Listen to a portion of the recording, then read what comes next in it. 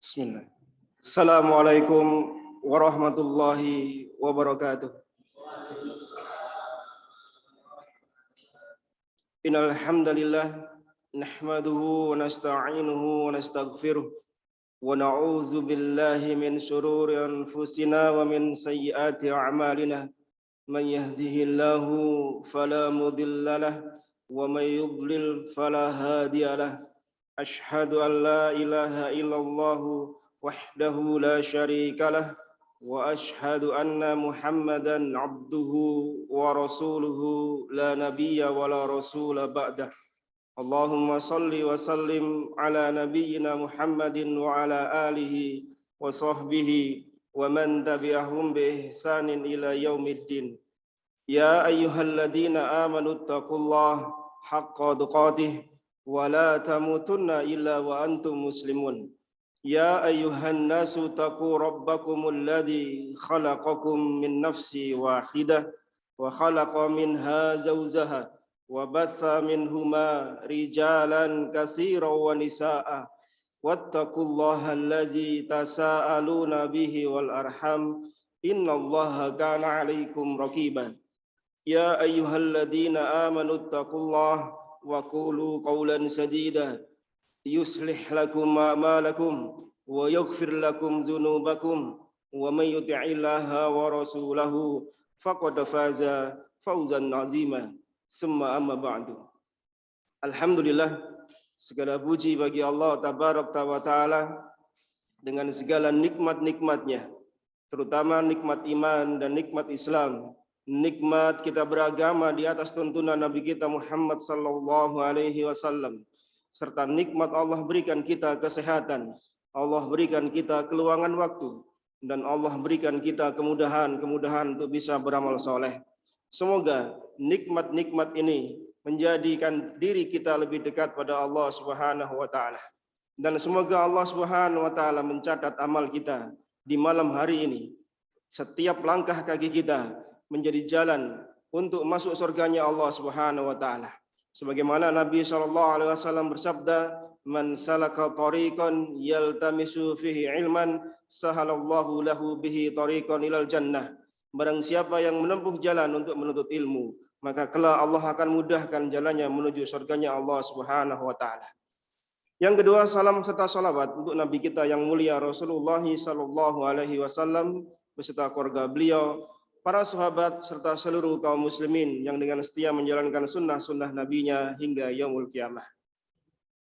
Bapak Ibu sekalian rahimani wa rahimakumullah, sekarang kita ada di awal-awal bulan Dzulhijjah, awal-awal hari-hari yang kata Allah Subhanahu wa taala, kata Nabi SAW, Allah jadikan hari-hari itu adalah hari-hari terbaik sepanjang tahun. Hari-hari yang Allah jadikan setiap amal-amal yang dilakukan seorang hamba akan Allah lipat gandakan. Demikian juga dengan dosa-dosa yang dilakukan seorang hamba, maka kadar dosanya pun akan Allah lipat gandakan.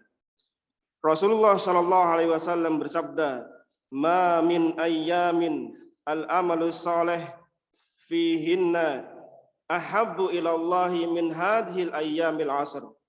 Tiadalah hari yang seorang hamba beramal di awal bulan Dzulhijjah itu, amal itu lebih dicintai oleh Allah Subhanahu wa taala. Maka kemudian para sahabat bertanya, "Ya Rasulullah, walal jihadu fi sabilillah?"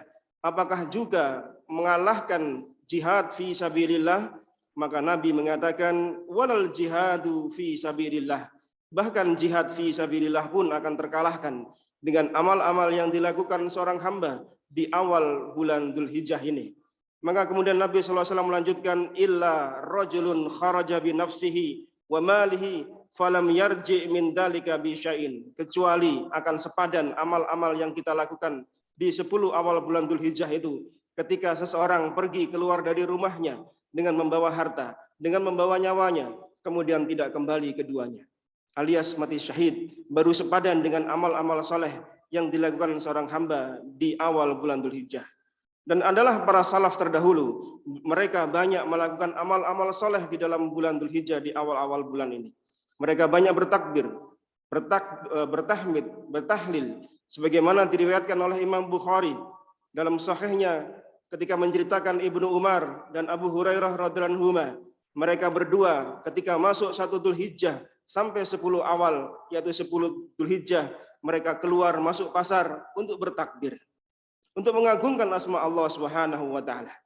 Demikian juga dengan salaf-salaf yang lain, mereka banyak beramal soleh dengan berpuasa sunnah sejak tanggal 1 sampai dengan tanggal 9, terkhusus di tanggal 9-nya yaitu hari Arafah, maka disunnahkan kita untuk berpuasa sunnah karena di sana pahalanya menghapus dosa setahun dan yang lalu dan setahun yang akan datang. Demikian juga para salaf terdahulu di awal-awal bulan Dzulhijjah ini mereka banyak bersedekah, mereka banyak mengeluarkan harta mereka di jalan Allah Subhanahu wa taala karena mereka tahu amal yang dilakukan di 10 awal bulan ini adalah amal yang paling Allah cintai, hari-hari terbaik sepanjang tahun yang telah Allah ciptakan untuk hamba-hambanya. Maka mudah-mudahan Allah Subhanahu wa taala menjadikan kita menjadi hamba-hamba yang dimudahkan untuk bisa beramal soleh, hamba-hamba yang senantiasa senang, suka dengan sunnah-sunnah Nabi-Nya Sallallahu Alaihi Wasallam. Jamaah sekalian yang dimuliakan oleh Allah Subhanahu wa taala, alhamdulillah kita dipertemukan di majelis ilmu ini. Kita akan melanjutkan pembahasan tentang hadis-hadis dalam Kitabul Jami'. Kita masuk di hadis yang ke-9. Kitabul Jami' perlu diketahui adalah kitab bagian dari bab terakhir dari kitab Bulughul Maram yang ditulis oleh Ibnu Hajar Al-Asqalani rahimahullahu taala. Kemudian beliau tulis Kitabul Jami' di bagian akhir bab tentang fikihnya, ya, sebagai isyarat bahwasanya ketika seseorang itu sudah belajar fikih, sudah mengetahui tentang ilmu-ilmu din, maka jangan lupakan tentang adab.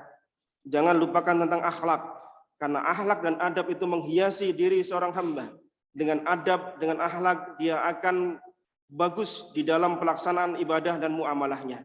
Maka isyarat dari Ibnu Hajar Al-Asqalani meletakkan bab adab di bagian belakang kitab fikih beliau, yaitu Bulughul Maram, untuk kita lebih berhati-hati di dalam melaksanakan ibadah itu, karena tanpa adab, tanpa akhlak tidaklah akan ada nilai dari apa yang telah kita pelajari. Apalah manfaat seorang yang berilmu kemudian dia tidak beradab kepada gurunya, tidak beradab kepada teman-teman sebayanya, tidak beradab kepada kedua orang tuanya, dan seterusnya dan seterusnya.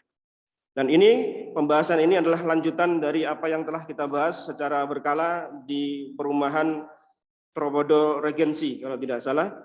Kita melakukan kegiatan kajian ini sebelumnya, sehingga kemudian karena qadarullah ala kulli hal dialihkan ke sini untuk kita lanjutkan di pembahasan hadis yang ke-9. Nah, kita masuk di hadis yang diriwayatkan oleh Imam Muslim di hadis nomor 2167 dari Abu Hurairah radhiyallahu an, Rasulullah sallallahu alaihi wasallam bersabda, "La tabda'u al-yahuda wan nasara bis salam wa idza lakaitumuhum fit thariq fadtarruhum ila adyaqih." Rasulullah SAW bersabda, kata Abu Hurairah radhiyallahu an, janganlah kalian memulai salam kepada orang-orang Yahud dan orang-orang Nasara. Dan jika kalian bertemu dengan mereka di jalan, maka desaklah mereka sampai ke jalan yang sempit. Hadis ini, Bapak Ibu sekalian rahimani wa rahimakumullah, menerangkan kepada kita, yang pertama adalah makna dari jika kalian bertemu dengan mereka di jalan, maka persempit jalan mereka. Desak mereka sampai ke pinggir, maka maknanya adalah kita tidak memberi jalan kepada orang-orang kafir, orang-orang non-muslim, untuk dalam rangka memuliakan mereka dan menghormati mereka. Sehingga bukan sebagaimana dikatakan oleh para ulama yang lain. Maka Al-Munawi di sini dalam kitabnya Al-Faid Al-Qadir, beliau memberikan sanggahan bahwasanya makna dari menyempitkan itu tidak memberikan penghormatan. Ya, karena kalau menyempitkan mereka, mendesak mereka di pinggir jalan, maka tentu menyakiti. Dan ini tidak diperkenankan, menyakiti hatta dia orang kafir. Jadi maknanya adalah apa? Agar mereka itu tidak merasa terhormat dengan keadaannya. Sehingga kemudian seorang muslim memiliki izzah, memiliki kehormatan, sehingga dia tidak malu, sehingga dia tidak merasa kecil hati ketika bertemu dengan orang kafir, kemudian dia minggir ke jalan, maka ini tidak diperkenankan. Kandungan dari hadis ini, jamaah sekalian yang dimuliakan oleh Allah Subhanahu wa taala. Yang pertama, hadis ini mengandung ibrah bahwasanya Islam itu adalah agama yang paling tinggi. Hadis ini mengandung ibrah bahwasanya Islam itu adalah agama yang paling tinggi. Sebagaimana Allah Subhanahu wa taala berfirman dalam surah Ali Imran di ayat yang ke-85. Wa man yabtaghi ghairal islami dinan falan yuqbala minhu wa huwa fil akhirati minal khasirin. Ali Imran ayat 85. Barang siapa yang mencari agama selain agama Islam, maka dia tidak akan diterima, dan di akhirat dia kelak termasuk orang-orang yang merugi. Merugi dari sisi apa? Dari sisi amal-amal yang dia tidak diterima oleh Allah Subhanahu wa taala. Maka di sini menunjukkan bahwasanya agama Islam ini adalah agama yang tinggi. Demikian juga kata Nabi alaihi salatu wasallam dalam riwayat Ad-Daraqutni, Al-Baihaqi dan yang lainnya, disahihkan oleh Syalbani rahimahullah, beliau mengatakan al-Islamu ya'lu wa la yu'la. Islam itu tinggi dan tidak ada yang mengalahkan ketinggiannya. Ini harus kita imani, jemaah sekalian. Agama yang kita pegang, agama yang menjadikan kita berjalan di atasnya dalam kehidupan ini adalah agama yang tinggi di sisi Allah Subhanahu wa taala, dan tidak ada yang mengalahkan ketinggian agama Islam. Ini mengandung makna bahwasanya seorang muslim itu tidak boleh merasa minder, tidak boleh merasa kecil hati ketika berjumpa dengan bukan orang Islam. Ya, karena agama kita ini agama mulia, agama tinggi. Tetapi jangan disalahartikan bahwasanya hadis ini menunjukkan kerasnya seorang Islam kepada orang kafir, tidak. Ya. Ini bukan kasus bahwasanya orang Islam ini harus keras dengan orang kafir, tidak. Ya. Jangan disalahfahami. Sebagian orang menyalahfahami hadis ini dengan mengatakan, berarti Islam ini keras. Ya. Jalan aja kita harus mendesak orang kafir untuk selalu diam, minggir ke jalan. Tidak. Banyak hadis, banyak kisah dari Nabi SAW bagaimana beliau bermuamalah dengan orang-orang kafir dengan lemah lembut. Banyak kisah aja, Mas sekalian. Ini sudah menunjukkan bahwasanya Islam ini ya ada kalanya dia keras, ada kalanya dia lemah lembut. Dan sesuai dengan kadarnya, sesuai dengan keadaannya. Tidak kemudian dihantam kromo keras semua, tidak. Juga tidak dihantam kromo lemah lembut semua, tidak. Di sana ada waktunya, di sana ada tempat-tempatnya. Contoh, ketika Nabi SAW menjumpai orang yang paling getol dalam memusuhi beliau di kota Madinah. Dedengkotnya orang munafik, siapa dia?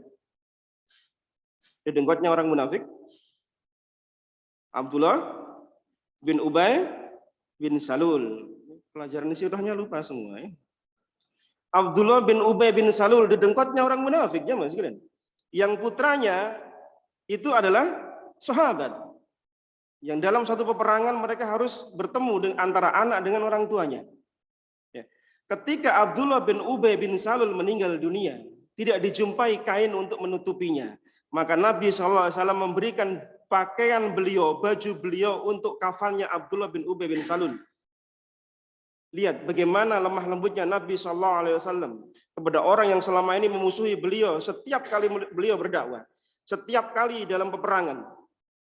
Setiap kali peperangan orang-orang munafik itu senantiasa menggembosi ya, kekuatan kaum muslimin, baik di perang Uhud, ya, di perang Khandaq, di perang Tabuk. Mereka senantiasa ya, mengurangi kekuatan kaum muslimin. Ya, dalam perang Uhud hampir 700 muslimin itu pasukan dari kaum muslimin itu mundur. Padahal jumlah mereka hanya 1000.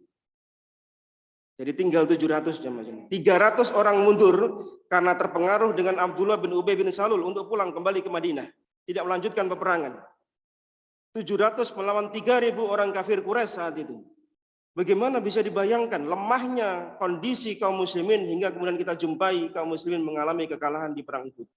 Sampai Nabi SAW beberapa gigi geraham beliau patah karena terkena panah ketika beliau terdesak di Bukit Uhud. Ini menunjukkan bagaimana bencinya orang-orang munafik terhadap dakwah Nabi SAW. Toh ketika meninggalnya tokoh mereka, Nabi SAW memberikan bajunya. Untuk apa? Untuk kain kafannya. Sebagai bentuk apa? Bentuk muamalah. Ya. Jadi sebagai bentuk muamalah ini tidak mengapa. Kita menunjukkan muamalah kepada orang-orang kafir ya, sebagai bentuk apa? Untuk mengambil hati mereka. Dan ini banyak dilakukan oleh Nabi SAW. Contoh lain adalah ketika beliau SAW menengok pembantunya yang seringkali membantu beliau, seorang anak yang sakit. Kemudian setelah ditengok oleh Nabi SAW, akan menemui ajalnya, kemudian Nabi menawarkan Islam kepada si anak ini. Ternyata dia adalah seorang Yahudi. Anak ini kemudian menengok ayahnya, dan ayah mengatakan, ikutilah agamanya Abul Qasim, yaitu Rasulullah SAW. Kemudian anak ini meninggal dengan mengucapkan kalimat tauhid, la ilaha illallah. Maka Nabi mengatakan, dia terbebas dari siksa api neraka. Bagaimana lemah lembutnya Nabi SAW kepada orang yang tidak beragama Islam. Ya. Jadi tidak bisa dihantam kromo bahwasanya Islam ini senantiasa keras kepada orang-orang kafir, tidak. Di sana ada tempatnya. Nah, termasuk dengan hadis ini. Ya. Termasuk dengan hadis ini untuk menunjukkan apa? Untuk menunjukkan bagaimana izahnya kemuliaan seorang muslim. Dia tidak boleh merasa rendah diri, tidak boleh merasa minder di hadapan orang-orang yang mungkin notabene dia di atas dia dari segi ekonominya, dari segi sosialnya, kedudukannya di masyarakat, mungkin pimpinannya dan seterusnya, hingga kemudian dia menyendiri, dia menjauh. Dan ini tidak dibenarkan. Karena seorang muslim adalah seseorang yang memiliki agama yang mulia di sisi Allah Subhanahu wa taala. Ini yang pertama. Yang kedua, kandungan dari hadis ini jemaah sekalian, bahwasanya terkandung dalil yang menunjukkan bahwa orang-orang Yahud dan orang-orang Nasara yang berstatus zimmi, ya, ahlu zimmah, itu mendapatkan jaminan keamanan dengan dia membayar jizyah. Ketika ahlul zimmah, orang-orang Yahud, orang-orang Nasara hidup di negeri kaum muslimin, kemudian dia membaur, dia bersosialisasi menjadi tetangga kaum muslimin, maka untuk mendapatkan keamanan negeri kaum muslimin, maka mereka membayar jizyah atau upeti sebagai ganti dari keamanan mereka. Kalau mereka tidak mau masuk Islam, maka pilihannya adalah membayar jizyah. Dan inilah yang dilakukan Nabi SAW. Ketika beliau berdakwah ke suatu kampung, ke suatu kabilah, maka beliau senantiasa menawarkan, masuklah Islam. Mereka menolak, maka pilihan kedua adalah engkau bayar jizyah, maka kalian akan hidup aman. Mereka tetap menolak, maka pilihan qital, perang, itu pilihan terakhir. Jadi bukan Nabi SAW itu datang kemudian pada satu kampung kemudian perang, tidak. Tapi didakwahkan Islam. Kalau beliau mendengar adzan subuh di saat itu di kampung itu, maka beliau urungkan untuk berdakwah di sana. Atau menyerang kampung itu, beliau urungkan. Kenapa? Karena di kampung itu ada orang yang menegakkan salat. Jadi bukan kemudian sebagaimana gambaran orang-orang liberal, orang-orang sekuler yang bahwasanya Islam itu disebarkan atau ditebarkan, didakwahkan dengan pedang di tangan kanan dan bom di tangan kiri. Tidak. Islam itu didakwahkan dengan rahmatan lil alamin. Apa buktinya? Beliau tawarkan Islam. Kalau mereka mau masuk Islam, alhamdulillah, selesai urusannya. Tapi kalau mereka menolak, maka pilihannya apa? Bayar jizyah, upeti. Maka mereka hidup aman. Tapi mereka tetap menolak, maka pilihannya baru perang. Itu pilihan terakhir jemaah sekalian. Ya. Mereka diizinkan untuk tinggal di kawasan kaum muslimin, kemudian dengan menaati hukum-hukum yang ada. Ya, dengan menaati hukum-hukum yang ada. Imam Ibnul Qayyim Al-Jauzi punya bab tentang bab ahkam ahli zimmah. Beliau membuat bab tentang bagaimana perilaku orang-orang ahli zimmah yang hidup di negeri kaum muslimin, apa yang harus mereka lakukan dan seterusnya. Perlu diketahui Bapak Ibu sekalian rahimani rahimakumullah, orang kafir itu oleh para ulama sebagaimana disebutkan oleh Ibnu Qayyim Al-Jauzi rahimahullah ada 4. Dibagi menjadi 4 golongan. Yang pertama adalah orang-orang kafir harbi. Orang-orang kafir yang secara aktif memerangi kaum muslimin, baik dengan tulisan, baik dengan perkataan, verbal, maupun dengan fisik, dengan senjata, maka ini termasuk dengan kafir harbi. Yang kedua adalah kafir yang memiliki perjanjian dengan kaum muslimin. Ya, negeri kaum muslimin kemudian memiliki perjanjian dengan negeri kafir, maka ini kafirnya disebut kafir mu'ahad. Kafir yang memiliki perjanjian dengan kaum muslimin.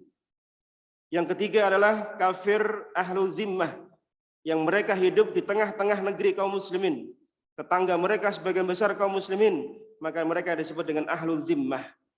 Dan yang keempat adalah kafir musta'man, yaitu orang kafir yang dia ada peperangan dengan negeri kaum muslimin, kemudian dia datang ke negeri kaum muslimin untuk minta perlindungan suaka.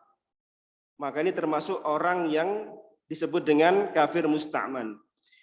Poin yang pertama, kafir harbi, maka ini adalah orang-orang yang ketika terjadi peperangan maka mereka boleh dibunuh, boleh diambil hartanya. Tetapi untuk kafir zimmah, ahlu zimmah, kafir mu'ahad, kafir musta'man, maka ini tidak boleh diperangi, tidak boleh didolimi, tidak boleh disakiti. Hartanya, nyawanya, kehormatannya tidak boleh disentuh. Karena Nabi SAW mengatakan barang siapa yang menyakiti, menjatuhkan harkat martabatnya orang mu'ahad, maka dia tidak akan bisa mencium harum baunya surga. Ini menunjukkan jemaah sekalian bagaimana Islam ini menghormati orang-orang kafir. Yang terjadi di tengah-tengah kita, tetangga kanan kiri kita adalah yang termasuk poin 2, 3, 4. Ya, atau kalau tidak bisa dikatakan sebagai ahlul zimmah. Ya, orang yang kafir harbi yang mungkin sulit kita jumpai di masa sekarang. Tapi di masa Nabi SAW akan nyata terlihat. Tapi di masa sekarang yang ada di sekitar kita adalah paling tidak orang ahli zimmah. Maka mereka adalah orang yang patut untuk kita pergauli dengan ma'ruf. Sesuai dengan apa yang datang dari Allah dan Rasulnya. Bahkan seorang sahabat ketika dia menyembelih hewan kurban, maka dia berikan bagian pertama hewan kurban itu kepada tetangganya yang Yahudi. Sampai pembantunya ini heran. Ya sahabat, mengapa Anda bagikan ini kepada tetanggamu yang Yahudi? Dia Yahudi. Kata sahabat ini mengatakan, inilah pesan Nabi SAW untuk memuliakan tetangga. Karena tetangga itu, jemaah sekalian, kan ada 3. Tetangga yang memiliki 2 hak, 3 hak, tetangga yang memiliki 2 hak, dan tetangga yang memiliki 1 hak. Tetangga yang memiliki 1 hak adalah orang kafir. Dia memiliki apa haknya? Hak tetangga. Hak-hak tetangga patut kita berikan. Kita beri hadiah, kita tengok jika sakit, kita bantu jika dia membutuhkan. Itu adalah hak tetangga. Siapapun dia, maka dia harus mendapatkannya. Kemudian hak tetangga yang mendapatkan 2 jatah, yaitu tetangga yang dia juga kerabat kita. Dia mendapatkan jatah, yaitu hak bertetangga dan hak kekerabatan. Dan yang ketiga, yang puncak adalah dia seorang muslim, kerabat kita, plus tetangga kita. Dia mendapatkan 3 hak. Hak sebagai seorang muslim, hak sebagai tetangga, dan hak sebagai kerabat. Hak orang kafir saja, jemaah sekalian, itu masih memiliki hak loh dengan kita. Apalagi dalam kehidupan kita sehari-hari. Tentu kita akan bersinggungan dengan tetangga kita yang bukan orang Islam. Maka patut untuk kita kedepankan bagaimana akhlak Islam terhadap mereka. Nah, kemudian Ibnu Qayyim al-Jauzi mengatakan setelah turunnya surat At-Taubah, maka orang kafir itu dibagi menjadi 3 golongan. Tadi kita sebutkan, yaitu kafir harbi, kafir mu'ahad, dan kafir zimmah. Kemudian ditambahkan oleh ulama yang lain itu kafir musta'man. Yang mereka memiliki ya perjanjian damai dengan negeri kaum muslimin. Ya, dalam kata lain dia memiliki suaka politik. Ya, datang ke negeri kita, kemudian dia membawa suaka politik, maka ini juga termasuk orang yang harus dilindungi hartanya, jiwanya, ya, kehormatannya. Tidak boleh kemudian dianiaya, kecuali dia kafir harbi yang aktif memerangi kaum muslimin. Maka ini tidak boleh ada walak bagi mereka. Yang ketiga, faedah dari hadis ini adalah seorang muslim tidak boleh mendahului mengucapkan salam kepada orang Yahudi dan orang Nasara. Seorang muslim tidak boleh mendahului mengucapkan salam kepada orang Yahudi dan orang Nasara. La tabda'ul yahuda wan nasara bis salam. Jangan kalian dahului memberi salam kepada orang-orang Yahudi dan orang-orang Nasara. Ini perintah Nabi SAW. Mengapa? Karena salam itu keselamatan doa, jemaah sekalian. Assalamualaikum. Semoga aku mendapatkan keselamatan dari Allah. Ini doa. Dan tidak boleh seorang muslim memberikan doa keselamatan kebaikan bagi orang kafir. Tidak boleh. Ini termasuk bentuk apa? Bentuk walak dan warok. Dan bukan berarti kita kemudian keras, tidak. Ini ada tempatnya. Kita sudah jelaskan tadi di awal bagaimana seorang muslim berlemah lembut, kapan dia harus keras. Maka pada posisi memberi salam ini adalah akidah kita untuk tidak boleh mendahului mereka mengucapkan salam. Kenapa? Ini doa. Tidak boleh kemudian kita memberikan doa keselamatan untuk mereka sementara mereka ada di atas kekufuran. Mereka di atas kemaksiatan pada Allah Subhanahu wa taala dan Rasulnya. Kemudian kita berikan dia keselamatan. Selamat ya atas apa yang telah engkau lakukan setiap hari. beribadah bukan pada Allah Subhanahu wa taala. Maka ini tentu bertentangan dengan hakikat dari kandungan doa assalamualaikum. Apalagi kalau kita lengkap assalamualaikum warahmatullahi wabarakatuh. Masya Allah. Ya, Allah musta'an. Ini tidak diperbolehkan jemaah sekalian. Nah.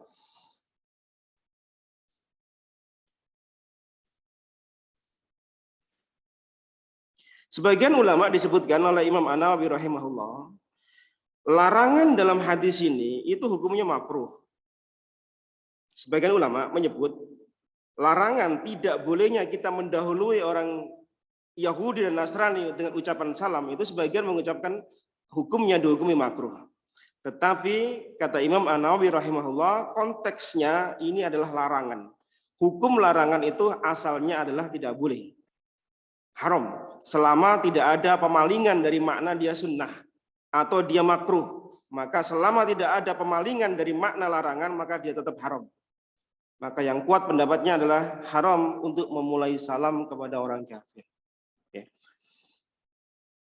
Terkadang jamaah sekalian, ketika kita hidup di tengah-tengah beraneka ragam manusia dengan berbagai macam keyakinannya, terkadang muncul sikap toleransi yang kadang kita berlebihan. Terkadang kita berlebihan dalam mengucapkan toleransi. Maka ini pun juga harus kita hati-hati. Karena ini berkaitan dengan akidah. Maka dikatakan oleh para alim ulama kita, seorang muslim jika dia mengucapkan salam pada khalayak ramai, di sana ada kumpulan manusia yang tidak hanya orang muslim, maka bagaimana kita mengucapkannya? Tetap ucapannya adalah assalamualaikum warahmatullahi wabarakatuh. Kepada siapa? Kepada kaum muslim yang hadir di sana. Bukan kemudian memberikan ucapan salam lain kepada mereka yang tidak beragama Islam. Karena ucapan salam mereka mengandung pengagungan, mengandung doa, dan itu termasuk ubudiyah mereka, dan kita tidak boleh untuk mengucapkannya. Lalu bagaimana jalan keluarnya? Maka ucapkan selamat pagi, apa kabar, dan seterusnya. Itu sebagai jalan keluar untuk kita memulai salam, mengucapkan ucapan pertama kali kepada orang Yahudi dan Nasrani. Jadi bukan ucapan assalamualaikum. Karena itu terkhusus untuk kaum muslimin. Bukankah hak muslim atas muslim yang lain ada 6 atau 7, 5 atau 6 diantaranya adalah ketika bertemu dengan saudaranya ucapkan salam. Hak muslim, ya muslim. Hak muslim itu bukan hak yang lain. Bahkan ketika mereka meninggal dunia, ya, maka tidak boleh untuk ditakziah, kecuali dalam rangka untuk apa? Untuk memberikan rasa simpati kepada mereka. Tapi ketika ada acara ritual keagamaan mereka, maka kita tidak boleh ikut turut di dalamnya. Sebagaimana Nabi SAW ketika lewat pada beliau seorang rombongan orang yang membawa jenazahnya orang Yahudi. Kemudian beliau berdiri. Para sahabat heran, ya Rasulullah Anda berdiri. Itu orang Yahudi tadi yang lewat tadi. Iya, saya menghormatinya karena manusianya. Tuh, bayangkan jemaah. Itu orang Yahudi. Tapi beliau hormati dari sisi apa? Kemanusiaannya, bukan dari sisi ritualnya. Karena ini berkaitan dengan akidah. Ya, ini akidah kita yang harus kita jalankan. Nah, yang keempat, bagaimana seandainya mereka mengucapkan salam terlebih dahulu pada kita? Apa yang kita lakukan? Apa yang kita ucapkan? Maka datanglah sebuah hadis dalam Sahih Bukhari dan Muslim. Qala Nabi sallallahu alaihi wasallam, "Idza sallama alaikum ahlul kitab faqulu wa alaikum." Jika kalian datang orang ahli kitab memberi salam, maka jawablah wa alaikum. Jadi kita yang pertama tadi tidak boleh memulai ucapan salam, tapi kalau mereka memulai ucapan salam, maka jawab dengan wa'alaikum, selesai. Hadis Bukhari dan Muslim nomor 6258 dan Muslim nomor 2163. Dan atasmu, itu saja cukup. Ya, jadi tidak boleh kemudian lebih dari itu. Waalaikumsalam warahmatullahi wabarakatuh. Wah, ini berlebihan jemaah sekalian. Ya.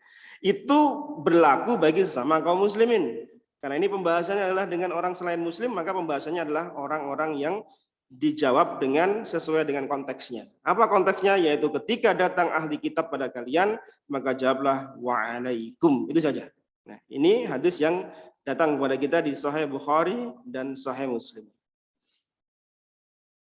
Poin yang kelima, faedah dari hadis ini. Bagaimana jika kondisinya sulit untuk tidak saling mengucapkan salam? Kita mau mendahului kok ternyata nggak boleh, ya. mereka mau mendahului salam juga mungkin repot. Ternyata dia adalah mungkin rekan kerja kita, mungkin pimpinan kita, mungkin bos kita, dan seterusnya. Maka dikatakan oleh Syekhul Islam Ibnu Taimiyah dan Syekh Albani rahimahullah, maka bolehnya mengucapkan kepada mereka dengan ucapan selamat pagi, apa kabar, dan seterusnya. Itu untuk meminimalkan terjadinya gesekan di antara bawahan dan pimpinan. Loh, ini kok bawahan kok nggak pernah salam sama saya. Tiap hari ketemu di kantor nggak pernah dia assalamualaikum Pak. Padahal dia orang Nasoro misalnya. Ya. Maka jalan keluarnya kata Syekhul Islam Ibnu Taimiyah dan Syekh Albani rahimahullah, ucapkan selamat pagi. Dan itu tidak mengapa. Dikembalikan pada uruf, dikembalikan kepada kebiasaan. Sehingga ketika kita mengucapkan itu bukan dalam rangka doa, bukan. Tapi sebagai sapaan, dan itu diperkenankan sebagai bentuk kita ya menjalin muamalah dengan mereka secara baik. Karena memang tidak pernah dijumpai dari kalangan salaf kita terdahulu ketika memulai salam kepada orang-orang ahli kitab itu dengan mereka mengucapkan assalamualaikum, tidak pernah dinukil. Ya. Tapi kalau mereka diberi salam baru dijawab. Tapi Anda mengucapkan kalimat yang selain itu maka tidak mengapa. Kenapa? Bukan doa soalnya. Ya, bukan doa, tapi sekedar mengucapkan kabar, ya, menyapa dan seterusnya, maka ini tidak mengapa insyaallah. Nah, itu dikatakan oleh Syekhul Islam Ibnu Taimiyah dan Syekh Albani, beliau memberikan solusi seperti itu. Dikatakan oleh para alim ulama kita, jika ada hajat, jika ada kebutuhan untuk memulai salam, maka tidaklah mengapa, akan tetapi tidak menggunakan salam doa. Ya. Jika ada hajat nih ya, kita datang ke kantor, kita butuh dengan mereka, kita butuh dengan pimpinan kita yang notabene bukan orang Islam, maka ucapkan selamat pagi Pak, bagaimana kabarnya? Ini ucapan salam, ya, ucapan kabar. Ya. Tapi kalau dia orang Muslim ya tentu kita ucapkan assalamualaikum. Ya. Kalau kita punya hajat nih ya, barangkali dia tidak bisa mengucapkan, dia ingin mendapatkan penghormatan dari kita, maka tidak mengapa ya, dengan ucapan selamat datang atau bagaimana kabarnya, kalau bahasa kita ahlan wa sahlan, tapi mungkin mereka nggak paham juga kalau ahlan wa sahlan nih, atau kaifa haluk Bapak, yang nggak paham pula nanti. Ya sudah, apa kabar, bagaimana, ya itu aja. Jadi ucapan seperti itu sebagai pengganti dari ucapan salam, karena salam itu doa aja Mas. Ini harus kita pahami, salam itu doa. Sementara doa itu adalah khusus untuk kaum muslimin, tidak boleh dia ucapkan pada orang ahli kitab. Nah, karena boleh jadi seseorang itu merasa butuh, kemudian takut ada gangguan, ya. Karena dia mungkin pimpinan, mungkin dia rekan kerja yang memiliki posisi yang lebih baik daripada kita, kemudian kita takut gangguan dari dia, maka ucapan seperti itu untuk memulai, karena dia mungkin membutuhkan penghormatan, maka silakan, tidak mengapa, asal tidak ucapan doa. Ya, ini harus kita pahami. Faedah yang keenam dari hadis ini adalah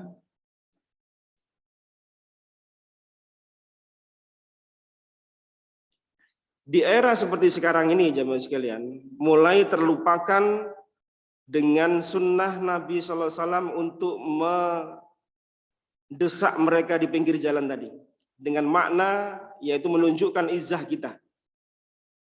Karena lemahnya kaum muslimin, kecenderungan kita terlalu banyak terhadap dunia, hingga kemudian mereka dengan mudahnya memadamkan api-api syiar agama Allah Subhanahu wa taala, ditambah kurangnya keimanan, ketauhidan kita pada Allah Subhanahu wa taala, hingga kemudian kita merasa kecil hati di hadapan mereka, merasa minder. Ini tidak diperbolehkan. Karena seorang muslim apapun derajatnya, apapun kondisinya, bagaimanapun dia dalam hidup bermasyarakat, mungkin dia orang lemah ekonominya, mungkin lemah kedudukannya di tengah sosial masyarakat, dia harus tetap memiliki izzah di hadapan orang kafir. Tetap harus. Ketika para sahabat Nabi SAW yang mereka hidup hanya dengan dua senjata. Apa senjata mereka? Kurma dan air zam-zam. Dua senjata yang senantiasa mengiringi mereka untuk bisa survive dalam kehidupan kerasnya di Jazirah Arab saat itu. Tapi mereka bisa menunjukkan jati diri di hadapan dunia bahwasanya dengan bekal yang minim seperti itu, mereka kemudian disegani oleh kaum yang lain. Hingga kemudian umat Islam menjadi jaya, umat Islam menguasai hampir 2/3 penjuru dunia. Perahu-perahu kaum muslimin sampai menjejak ke Siprus di masa Khalifah Utsman bin Affan radhiyallahu an. Panglimanya adalah Muawiyah bin Abi Sufyan. Dari apa aja Mas sekalian? Dari kemuliaan mereka mengangkat agama ini. Sehingga yang dahulu Jazirah Arab itu tidak ditengok oleh orang-orang Barat. Tidak digubris oleh orang-orang Eropa. Mulai dilirik. Ada apa ini di Jazirah Arab? Yang dahulu masyarakatnya nomaden. Yang dahulu masyarakatnya hanya dikenal dengan air zam-zam dan kurma. Kemudian bisa menjejakkan kakinya kuda-kuda mereka itu sampai ke Eropa. Ratusan tahun Andalus, benua biru Eropa, di Spanyol itu ada di bawah genggaman kaum muslimin ratusan tahun sampai muncul ulama-ulama besar di sana. Ibnu Hazm yang kita kenal itu muncul di Andalus. Lalu kemana sekarang? Lalu kemana kemuliaan Islam sekarang? Kalau bertemu dengan orang-orang yang bukan Islam kemudian merasa minder, apalagi mereka punya kekuatan dana, kekuatan posisi, kemudian kita merasa iya wes aku ngene ya. Jangan, orang Islam itu harus punya izzah. Hatta kita, mohon maaf, mungkin tukang bakso, mungkin kita tukang sapu, mungkin kita tukang tambal ban, harus punya izzah di hadapan orang kafir. Karena kita ini punya Allah. Kita punya Allah yang jadi gantungan hidup kita. Yang tawakal kita gantungkan pada Allah Subhanahu wa taala yang Allah mengatur semua rezeki hambanya. Tidak usah khawatir ya Mas. Ya. Jangan pernah merasa minder. Saya itu hidup, tetangga saya itu kanan kiri itu pangkatnya enggak di sini ya Mas, di sini ya Mas. Saya hidup di perumahan angkatan laut. Bapak saya marinir. Jadi sudah terbiasa kenal sama mereka yang masih pangkatnya dulu kapten, tahu-tahu jadi jenderal bintang. Tetangga saya Kasal itu tetangga belakang rumah saya. Pangar Matim yang barusan meninggal itu tetangga sebelah kanan saya. Jadi saya terbiasa bertemu dengan orang-orang pangkat itu. Artinya begini ya Mas, terkadang ada seorang muslim itu merasa minder gitu. Wah, saya ini begini. Jangan. Orang Islam itu harus punya iffah, punya izzah, kemuliaan. Jangan kemudian kita gampang didikte. Allah Subhanahu wa taala menjadikan agama ini adalah agama yang mulia dan tidak akan ada yang bisa menghancurkan agama ini kecuali umatnya sendiri yang kemudian merusak, melemahkan agamanya sendiri. Tanpa apa? Tanpa belajar. Ini bukan berarti kemudian kita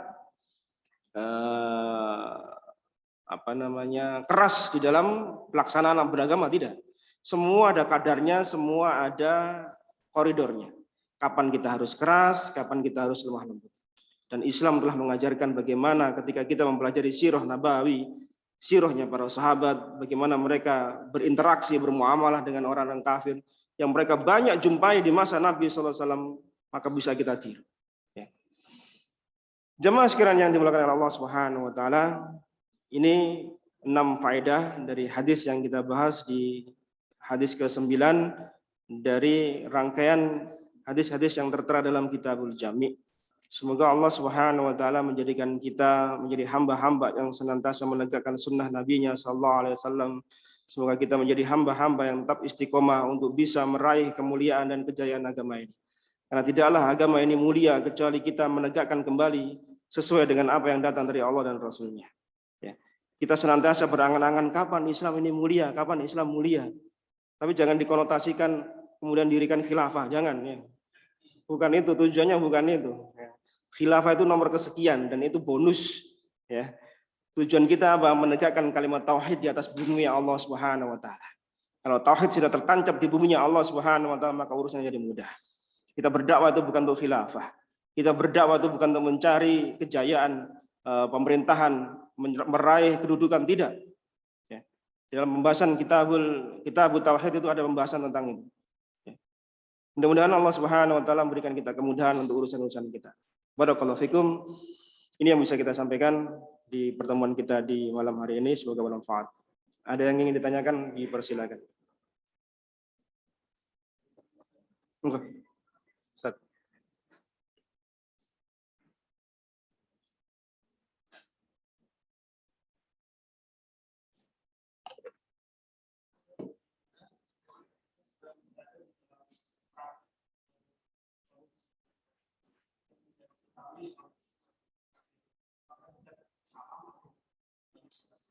Nah, jika tidak diketahui dalam forum itu ada orang muslim, orang kafir atau tidak, maka secara umum kita mengambil yang umum, yaitu dia orang muslim. Artinya ketika kita salam sesama orang muslim. Jadi andai ternyata ada orang selain orang Islam, maka ucapan salam kita itu untuk saudara kita yang muslim. Jadi assalamualaikum warahmatullahi wabarakatuh, Bapak Ibu sekalian. Maka ini kepada siapa? Kepada kaum muslimin. Ternyata ada orang bukan orang Islam di sana. Ya sudah, tidak masalah. Hatta kita tahu atau tidak tahu, tidak masalah. Tidak masalah. Karena tujuan kita salam itu untuk sama kaum muslimin yang hadir. Bukan untuk yang si A, si B yang terindikasi dia bukan orang muslim. Tidak. Jadi walaupun kita nggak tahu pun juga mengapa. Ya, tidak mengapa. Allahu a'lam bishawab. Tetap memberikan salam. Ya.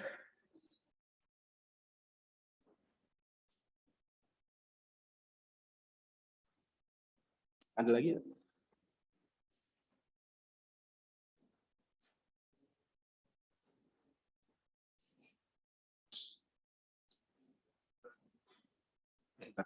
Mungkin dari ibu-ibu barangkali ada yang ingin ditanyakan, bisa lewat secari kertas. Dipersilakan. Silakan. Orang doanya untuk apa?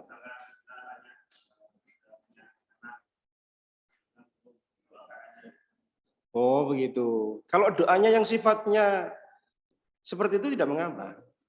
Doakan saja. Doakan semoga diberi anak. Dan anak ibu, bapak nanti ketika sudah lahir mudah-mudahan jadi seorang muslim dan muslimah. Secara umum tidak mengapa. Yang tidak boleh itu doa untuk keselamatan dia. Yang boleh adalah minta untuk diberi hidayah. Itu boleh. Ya. Yang mendoakan hidayah kepada orang kafir itu boleh. Ya, semoga dia diberi hidayah. Itu boleh. Kalau semoga dia diberi keberkahan, diberi keselamatan, tidak boleh. Ya, barakallahu fiik Bapak, nah, tidak boleh. Ya, tidak boleh. Karena keberkahan itu datang dari Allah Subhanahu Wa Taala. Ya, kalau diberi hidayah, iya boleh, tidak apa-apa. Ya, semoga Anda diberi hidayah. Contoh nih ya, ada orang Yahudi pernah bersin di hadapan Nabi SAW, karena dia sering melihat para sahabat kalau bersin Nabi mendoakan apa? Yarhamukallah, semoga engkau diberi rahmat oleh Allah Subhanahu wa taala. Dia ingin supaya Nabi mendoakan dia dengan rahmat. Maka dia bersin di hadapan Nabi, entah dia pura-pura apa enggak. Apa yang Nabi lakukan? Apa yang Nabi lakukan? Apa Nabi mendoakan yarhamukallah? Enggak. Nabi mendoakan apa? Yahdikumullah wa yuslihu balakum. Kecewa si Yahudi. Bukan doa ternyata rahmat supaya diberi hidayah. Yahdikumullah, semoga Allah memberikan hidayah padamu dan Allah memperbaiki keadaanmu. Jadi boleh. Ya, kalau doa hidayah boleh. Kalau udah rahmat, keselamatan, enggak boleh. Kalau semoga ya, ibu bapak diberi rezeki anak, enggak apa-apa. Bukankah rezeki itu umum ya mas sekalian? Allah memberikan rezeki itu kepada orang kafir dan orang muslim. Bukankah Allah memberikan anak kepada seseorang itu ada yang diberi laki-laki, diberi perempuan, diberi laki-laki perempuan, di mix gitu ya. Ada perempuan semua, ada laki semua, ada yang perempuan laki-laki, ada yang tidak semua, alias mandul. Allah memberikan. Apakah itu hanya untuk orang muslim? Bukan, seluruhnya. Nah, berarti doa itu artinya permintaan itu untuk anak maka diperbolehkan. Kenapa? Itu sifatnya umum. Tapi kalau doa untuk keselamatan, selamat keberkahan maka tidak diperbolehkan. Bagian Allah a'lam bishawab. Ada lagi?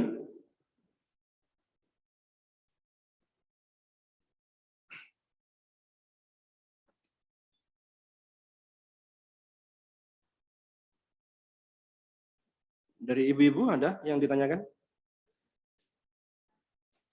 Sudah jelas? Alhamdulillah. Alhamdulillah. Masya Allah, ibu-ibunya sudah jelas sekali. Ya, Masya Allah. Dari Zoom ada Pak Setelan? Belum ada? Sudah ada. Nah, baik, ikhwan sekalian, Bapak Ibu yang dirahmati oleh Allah Subhanahu wa taala. Oh iya, monggo silakan. Hah? Kita mendoakan sembuhan tetangga kita yang sakit, dia orang non-muslim. Ya, menarik pertanyaannya. Jadi bolehnya seorang muslim itu untuk takziah, untuk besuk, bahasa kita besuk ya. Itu kalau memiliki maslahat dakwah. Ya. Ini perhatikan, karena tidak hanya sekedar kita cuma numpang wajah kita, setor, oh iya si A besuk saya, besok nanti giliran kalau saya sakit biar dia besuk juga. Enggak, bukan cuma itu. Tapi ada nilai dakwah ketika kita sampai kepada mereka. Sehingga kalau konten dakwah itu sampai pada mereka, maka silakan. Tapi kalau tidak, enggak usah. Ya. Karena Nabi SAW melakukan hal yang seperti itu pula. Jadi tujuan beliau besuk adalah untuk apa? Untuk dia supaya menerima dakwah. Kalau kontennya tersampaikan, isi dari dakwah itu tersampaikan, alhamdulillah. Itu tujuan kita. Jadi tujuan kita ketika besuk adalah untuk menyampaikan dakwah, bukan hanya sekedar kita, oh tetangga rek gak enak sawangannya kok gak teko. Ingin kemarin datang ke saya kok, masa saya kemarin gak datang. Bukan itu jemaah sekalian, ya. Tapi tujuannya murni untuk dakwah. Sehingga kalau dakwah itu tersampaikan maka alhamdulillah. Ya. Kalau doakan kesembuhan maka tadi Pak, sampaikan juga tentang bagaimana ya Islam itu indahnya Islam dan seterusnya. Maka ini diperbolehkan. Ya, jadi kalau cuma sekedar hanya rutinitas biasa tanda petik maka sebaiknya tidak usah. Karena tidak ada nilainya ibadah. Ya, juga jalan nilai dakwahnya juga. Nah, barakallahu fiik. Allahu a'lam bishawab. Bismillahirrahmanirrahim. Keluarga tetangga kita non muslim meninggal, boleh takziah tak? Ini khasnya orang Sidoarjo, anak tai belakangnya. Itu tai itu apa sih artinya? Pengganti tanda tanya. Saya juga kadang sama istri saya kalau saya kasih tanda tanya malas saya kasih ta gitu aja. Masya Allah. Nah, bolehkah takziah? Boleh. Boleh tadi sudah saya jawab, sudah saya terangkan. Boleh dengan niat apa? Niat untuk kita menyampaikan dakwah satu, tetap. Yang kedua, hindari saat-saat ada ritual keagamaan. Pernah lihat nggak tetangga kita yang non-muslim meninggal dunia dengan ritual keagamaannya? Pernah lihat? Karena saya di tempat saya sering, ya, depan rumah, samping kanan di tempat ibu saya di Surabaya itu sering seperti itu. Dan kita tahu dari awal itu sudah ada ritual keagamaan, sampai ke pemakaman. Walaupun isinya menyanyi, ya mohon maaf, itu isinya ibadah, jangan salah arti, ya. Jangan dikira itu konser. Itu ibadah, itu ritual. Tidak boleh hadir di saat-saat seperti itu. Ada sakramen, ada ini doa dari pendeta, lengkap isinya ada. Kalau kita nggak paham, ikut aja datang. Enggak. Jadi usahakan datang itu, kalau kita tetangga kita nih ya, sebagai bentuk kita muamalah sesama tetangga, maka berikan hak tetangga kita. Ya, berikan hak tetangga. Tadi kan ada tetangga hak punya satu kan, berikan hak tetangga. Ya, datang ikut bersih-bersih, ikut berbenah rumahnya, mungkin dibersihkan ini dan itu. Itu boleh, enggak apa-apa. Kan nggak ada kaitannya sama ibadah. Tapi ada apa? Ada hak tetangga yang kita gugurkan.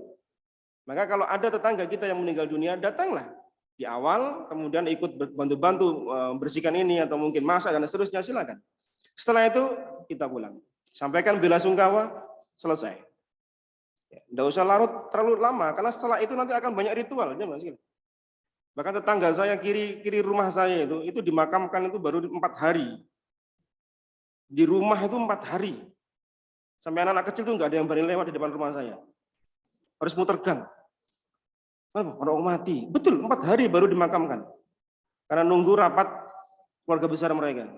Ya. Dalam satu suku itu ada kalau keluarganya itu anaknya belum mentas, belum ada yang keluarga, maka keputusan itu diambil keluarga besarnya. Bukan keluarganya si yang meninggal ini. Sehingga rapat besar dulu. Karena nggak ada Zoom, jadi rapatnya harus offline. Nah, ini masanya mengumpulkan orang sekian banyak dari berbagai macam daerah kan susah. Nah, jadi nunggulah 4 hari baru kemudian dikuburkan. Apa yang terjadi di apa namanya? Di balsem. Betul. Saya nggak tahu pakai apa, baunya tersengat dari rumah soalnya. Bau-bau kayak rempah-rempah itu. 4 hari jamaah sekalian. Apa nggak ngeri itu ya? Kayak uji nyali saya tidur di rumah saya. 4 hari tetangga saya masih ada, belum dimakamkan. Ada itu. Nah, seperti itu apa? Kita datang di awal. Saya ikut bantu mindahin kursi dan setelah itu lepas saya. Kenapa? Setelah itu mereka punya ritual sendiri. Entah dari jemaatnya, entah dari perkumpulannya, entah dari keluarga besarnya. Yang notabene tidak seperti agama kita. Ya. Simple jemaah sekalian. Dalam Islam ini simple. Ya. Bagaimana kita mengurus jenazah itu simple sebenarnya. Urusannya selesai, gampang. Cuma kadang diperibet oleh kita saja, ya, kita bikin ribet. Demikian, jadi boleh takziah ya di awal-awal saja, ya, supaya menghindari yang namanya ritual-ritual keagamaan mereka. Allahu a'lam bishawab. Cukup? Ada lagi mau tanya? Tidak ada? Nah. Demikian Bapak Ibu sekalian rahimani wa rahimakumullah, pembahasan kita di hadis yang ke-9 Kitabul Jami'. Mudah-mudahan Allah berikan kemudahan kita untuk melanjutkan pembahasan kita ini. Barakallahu fikum, jazakumullah khair atas perhatian antum semua. Kita akhiri dengan doa kafaratul majlis. Subhanakallahumma bihamdika asyhadu an la ilaha illa anta astaghfiruka wa atubu ilaik. Wa sallallahu ala nabiyyina Muhammadin walhamdulillahirabbil alamin. Assalamualaikum warahmatullahi wabarakatuh.